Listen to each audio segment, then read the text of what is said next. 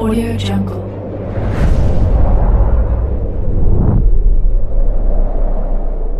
Yo, balik lagi bersama Mimin di Manhwa TV. Kali ini kita akan lanjutkan pembahasan dari cerita Ultimate Martial Evolution Begin by Awakening the King of Monster.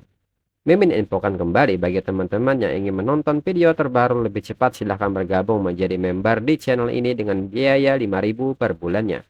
Jika tidak, teman-teman bisa bersabar lebih dulu selama 2-3 hari untuk menonton video tersebut. Tanpa berlama-lama, yuk kita masuk ke disclaimer dulu.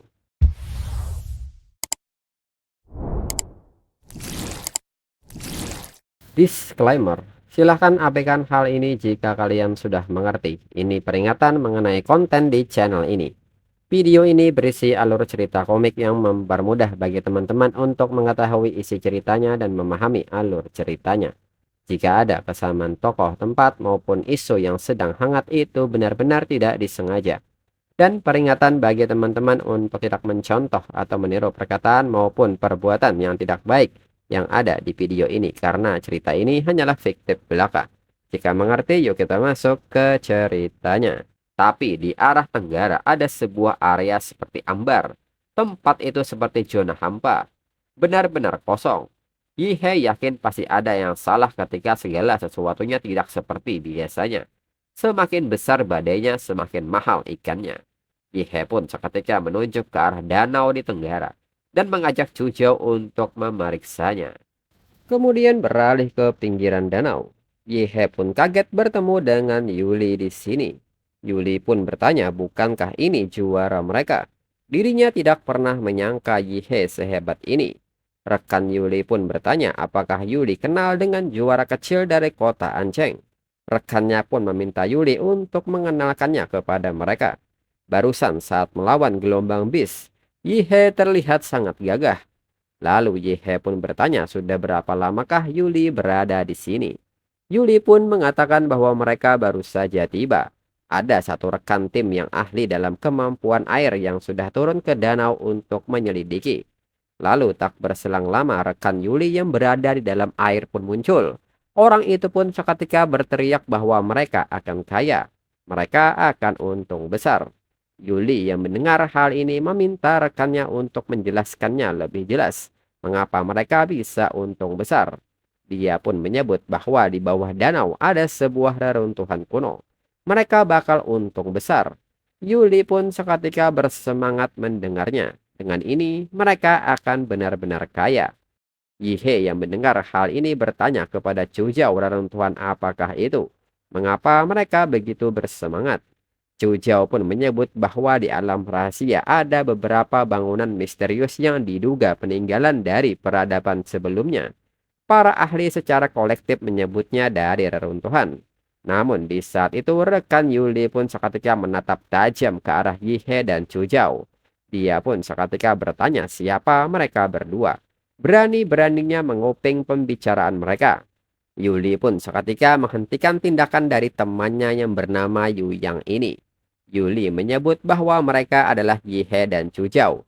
Mereka adalah juara pertama dan kedua dalam ujian masuk perguruan tinggi Ancheng. Kekuatan mereka jauh melebihi kebanyakan prajurit biasa. Yuli pun meminta Yu Yang untuk membiarkan mereka bergabung dengan mereka kali ini. Yihe pun seketika menanggapi hal ini dan mengatakan bahwa apa yang dikatakan Yuli itu benar. Yihe pun meminta Yu Yang untuk tidak emosi. Mereka berdua bisa membantu mereka menjelajahi reruntuhan. Yu Yang pun seketika bertanya bagaimana pembagian barang rampasannya. Yihe pun menyebut karena mereka berdua sebagai bantuan luar, maka bagi berdasarkan kontribusi. Yang menyumbang lebih banyak tenaga dapat lebih banyak barang. Yu Yang pun mengerti dan mempersilahkan mereka bergabung untuk sementara. Namun Yu Yang berharap mereka tidak punya niat buruk. Dalam pikiran Yu Yang, seorang juara pertama dan kedua ujian masuk universitas ini, mereka berdua bisa jadi tokoh besar di masa depan. Yu Yang pun merasa bahwa sebaiknya jangan bermusuhan dengan mereka. Kemudian saat ini mereka pun menyelam ke dasar danau hingga mereka sampai di sebuah gua di bawah danau. Yu Yang pun memberitahu mereka ketika melewati gua ini, mereka akan menemukan reruntuhan di dalamnya. Lalu Yu Yang pun mencari rekannya yang bernama Li Wei yang berjaga di sini. Kemanakah dia pergi? Temannya pun mengatakan siapa tahu Li Wei menemukan harta karun terus cabut duluan. Lalu Yu Yang pun mencoba menghubungi Li Wei dengan alat komunikasinya. Namun tidak ada jawaban. Lalu Yuli pun bertanya setelah Yu Yang tiba di gua bawah tanah ini. Pernahkah Yu Yang menjelajahinya untuk melihat apakah ada jejak aktivitas monster di sini? Yu Yang pun menyebut kata tidak. Li Wei dan dirinya melepaskan semua bom umpan monster, namun tidak ada satupun rambut monster yang muncul. Lalu rekan wanita Yuli pun seketika gemetar dan mengatakan bahwa tempat ini sepertinya sangat berbahaya. Bahkan Li Wei saja sudah hilang. Dia pun bertanya-tanya apakah mereka harus lanjut menyelidikinya. Namun Yu Yang pun seketika bereaksi dengan hal ini dan menegaskan bahwa mereka harus menyelidikinya. Kemewahan dan kekayaan ada tepat di depan mereka. Kalau mereka masih takut untuk mengambilnya, mereka akan selamanya jadi prajurit rendahan. Yang penakut mending pulang sekarang juga. Namun jika mereka ingin kaya maka tetaplah di sini. Setelah melihat tidak ada yang mundur, Yu Yang pun segera mengajak mereka untuk lanjut. Kemudian saat mereka pergi menjelajah, Yu Yang yang memimpin jalan pun menemukan sebuah jejak kaki di sepanjang jalan. Yi He yang melihat hal ini pun mulai curiga dan seketika mengatakan kepada Chu Jiao bahwa ada yang salah. Chu Jiao pun membenarkan hal itu. Waktunya tidak cocok. Yuli bilang tim mereka baru saja tiba di tepi danau, paling lama hanya 15 menit. Tapi Yu Yang dan Li Wei bisa menemukan gua ini di dasar danau yang begitu besar. Lalu menembus gua bawah tanah dan menemukan jalur tersembunyi menuju reruntuhan ini. Ini benar-benar membuka mode tembus pandang map dalam sebuah game. Chu Jiao pun yakin jelas ada yang mencurigakan. Chu Jiao pun bertanya apakah Yi He ingin memberitahu Yuli lalu kabur dari sini. Yi He pun meminta Chu Jiao untuk tenang, dirinya punya kartu as. Lalu mereka pun sampai di tempat di banyak tanaman merambat sedang tumbuh. Yuli pun menyebut bahwa ini adalah magic core yang sudah kehilangan cahaya. Sepertinya sudah lama dikeringkan. Dan ini menjelaskan saat menyelam tadi mereka hampir tidak melihat magic beast air. Ternyata mereka semua sudah dilahap habis sejak lama. Lalu Yuli pun bertanya kepada Yu Yang di manakah reruntuhan yang Yu Yang sebutkan. Namun di saat itu rekan Yuli pun kaget dengan pemandangan yang ada di depannya. Itu adalah Li Wei, dia sudah mati. Yuli pun kaget melihat pemandangan ini. Lalu Yu Yang sendiri pun dalam kondisi bingung dan bertanya-tanya dengan dirinya sendiri di manakah reruntuhannya. Mengapa tidak ada reruntuhan di sini? Di mana reruntuhannya? Yu Yang juga nampak kaget Li Wei sudah mati dan bagaimana dia bisa mati. Dan tiba-tiba kepala Yu Yang pun tumbuh sebuah tanaman. Yu Yang yang kesadarannya kembali pun menyebut bahwa dirinya merasa seperti tersangkut oleh tanaman merambat itu juga. Dan meminta semua orang untuk segera lari. Dan seketika Yu Yang menyatu dengan tanaman merambat itu. Teman-temannya pun kaget dengan hal ini dan di saat itu Yi He tanpa ragu melepaskan Atomic Breath ke arah Yu Yang. Yi He pun tidak menyangka monster itu begitu pintar. Setelah memburu dua martial artis, dia sebenarnya menjadi parasit di otak seorang martial artis. Menggunakannya sebagai umpan untuk memikat lebih banyak mangsa. Yi He pun meminta semua orang untuk melihat ke atas. Mereka telah dituntun ke tempat perburuannya. Lalu monster itu pun membuat jalan keluar mereka tertutup. Mereka pun seketika kaget dengan hal ini. Chu Jiao pun menyebut bahwa dirinya pernah membaca tentang Agik Beast yang bisa mengendalikan sulur seperti ini di dalam buku.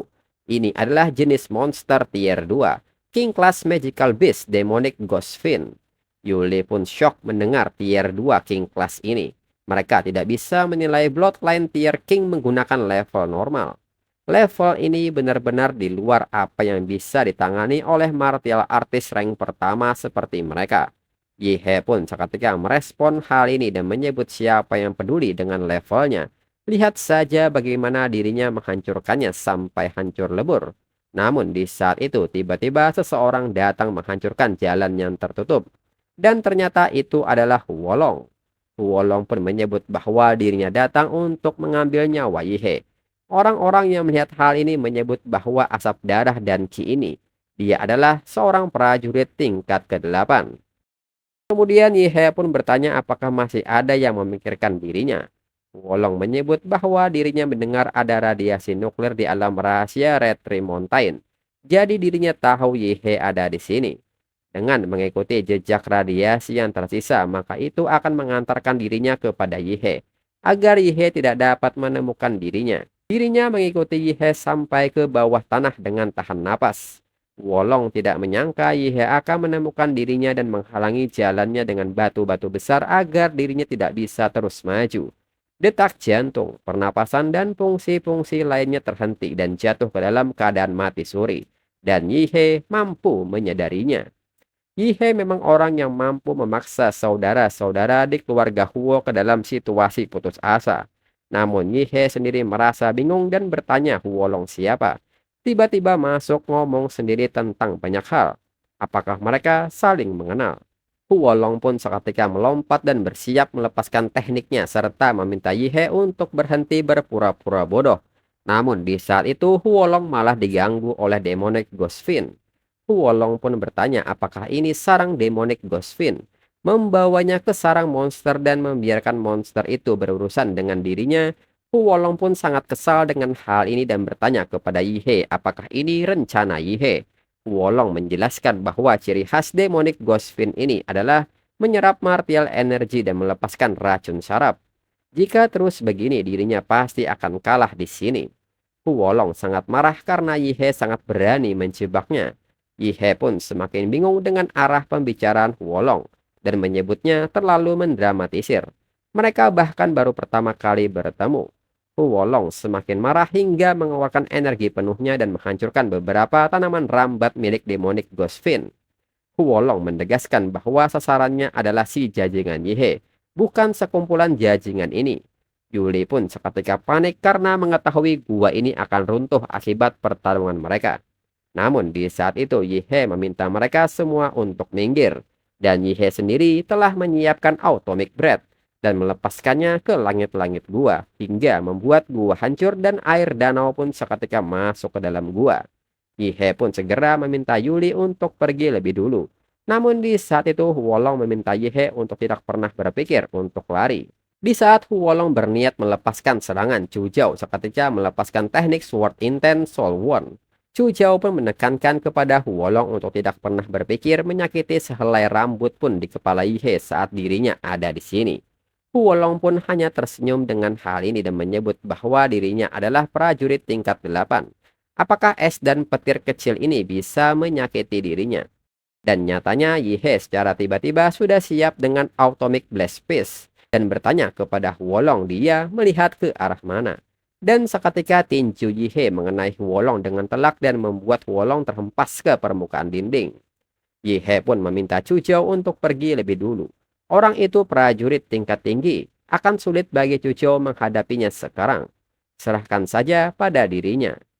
Lalu kelompok Yuli sudah berada di tepi danau dan menyebut bahwa demonic Ghost Fiend telah menjadi gila sepenuhnya, menyebabkan seluruh dasar danau menjadi kacau. Lalu tak berselang lama Chu Jiao pun keluar dari dalam danau. Yuli pun bertanya bagaimana dengan Yihe. Chu Jiao pun hanya diam memperhatikan kondisi danaunya. Dan tak berselang lama sebuah medan listrik pun menghantam danau. Dan seketika penampakan Titan kolosal pun muncul. Dan kondisi Huolong sendiri terlihat gosong habis terbakar. Hentakan ini pun membuat semua orang kaget. Saat kepulan asap menutupi wujud Titan kolosal, Yihe seketika muncul dan sudah berada di tepi danau. Yihe pun meminta Chu Jiao untuk meminjamkannya satu set pakaian. Setelahnya Chu Jiao pun bertanya apa yang terjadi dengan ledakan tadi. Yihe pun menjelaskan bahwa itu prajurit misterius.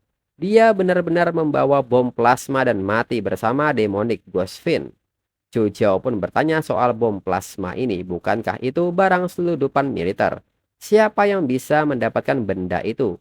Dan dirinya merasa ledakan tadi tampaknya lebih kuat daripada bom plasma. Dan ada raksasa dalam asap. Yihe pun seketika panik dan menyebut bahwa itu tidak ada. Itu disebabkan oleh ledakan dan menyebut Chu Jiao salah lihat. Dalam pikiran Yihe, setidaknya dirinya bisa menipu mereka. Akan buruk jika mereka tahu kekuatan template monster miliknya. Dirinya menggunakan kekuatan yang terlalu besar dan Wolong itu hancur menjadi abu olehnya. Mayatnya tidak dapat dikenali lagi. Beruntungnya dirinya mendapat magic core dari demonic ghost fiend. Kemudian kelompok Yuli pun pamit pergi lebih dulu serta meminta maaf sudah membuat mereka ikut-ikutan tanpa hasil. Bahkan harus repot-repot menyelamatkan dirinya dan teman-temannya. Nanti saat Yihe keluar dari alam rahasia, mereka akan memberi Yihe kompensasi. Yihe pun meminta Yuli untuk tidak sungkan. Anggap saja ini sebagai balas budi karena Yuli pernah membantunya dulu. Kalau Yuli malah mau memberinya kompensasi, bukankah dirinya akan terus berhutang budi pada Yuli? Dan setelahnya, Yihe pun berbisik kepada Chujao bahwa selanjutnya adalah waktu menyenangkan untuk farming monster. Lalu 3 hari kemudian di pintu masuk alam rahasia Red Tree Mountain, Yihe dan Chujao pun keluar dari alam rahasia tersebut. Namun saat itu mereka pun seketika kaget dan Yihe menyebut ini tidak mungkin. Hanya dalam beberapa hari tempat ini sudah dikembangkan menjadi kota kecil. Bahkan ada pesawat kargo. Kemampuan infrastruktur negara Sia benar-benar mengerikan. Lalu saat Yihe meletakkan barang, petugas pun meminta tolong kepada Yihe untuk berhati-hati. Jika barang-barang ini rusak, itu juga tidak menguntungkan Yihe. Yihe pun meminta maaf, tapi barang yang dirinya bawa terlalu banyak. Kalau tidak cepat dikeluarkan, mereka sepertinya sulit menyelesaikan penyelesaian sebelum tengah hari. Petugas pun meminta Yihe untuk tidak khawatir. Mereka semua profesional. Yihe pun mengerti dan seketika mengeluarkan semua kantong bawaannya hingga barang terakhir pun dikeluarkan Yihe. Petugas ini pun menilai dia bertarung demi karung barang. Apakah dia ingin memindahkan barang-barang itu ke sini? Lalu petugas ini pun bertanya apakah Yihe sudah selesai membongkarnya. Yihe pun menyebut dirinya sudah selesai, tapi petugas harus cepat-cepat menghitungnya. Ini masih punya banyak ramuan spiritual yang harus dihitung juga. Dan untuk episode selanjutnya, tunggu komiknya update kembali. Sekian dan terima kasih.